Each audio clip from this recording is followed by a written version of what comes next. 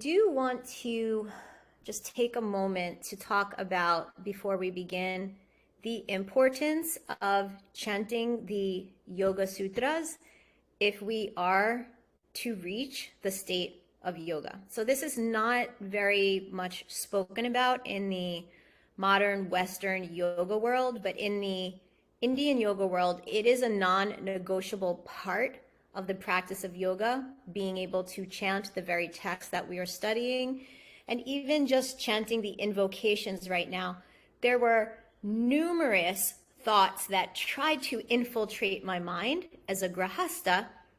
I have many, as we all do, thoughts and tasks that I have to complete.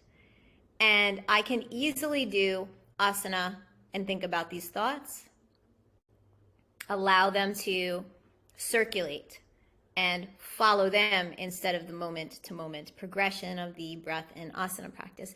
Even in pranayama, I can do this. In chanting, chanting forms something like a shield so that the thoughts cannot penetrate, and you really do get to practice chitta vritti nirodha. So listening to chanting has its own set of benefits, which is wonderful. Learning to chant with a teacher has yet another set of benefits.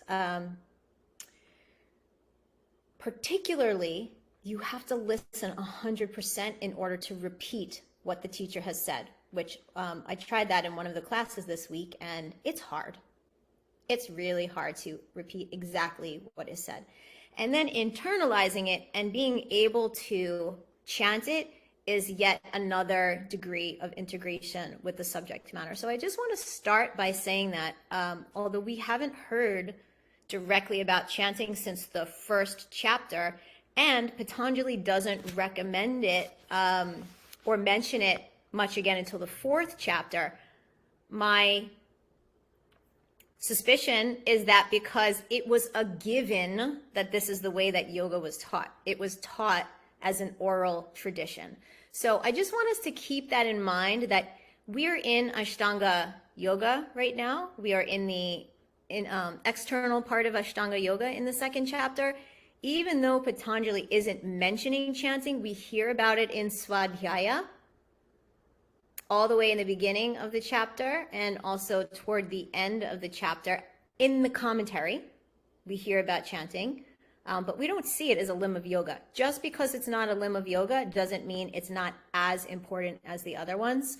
So I just want to start by saying that before we move into pranayama, even more deeply into pranayama, because I do feel like without the chanting aspect of the Yoga Sutras included in our practice, some of these states that Patanjali is going to begin speaking to are elusive enough as they are, but without chanting as a tool, they really may not be accessible to us. And he doesn't explicitly say that. And again, that's because this is how it was done.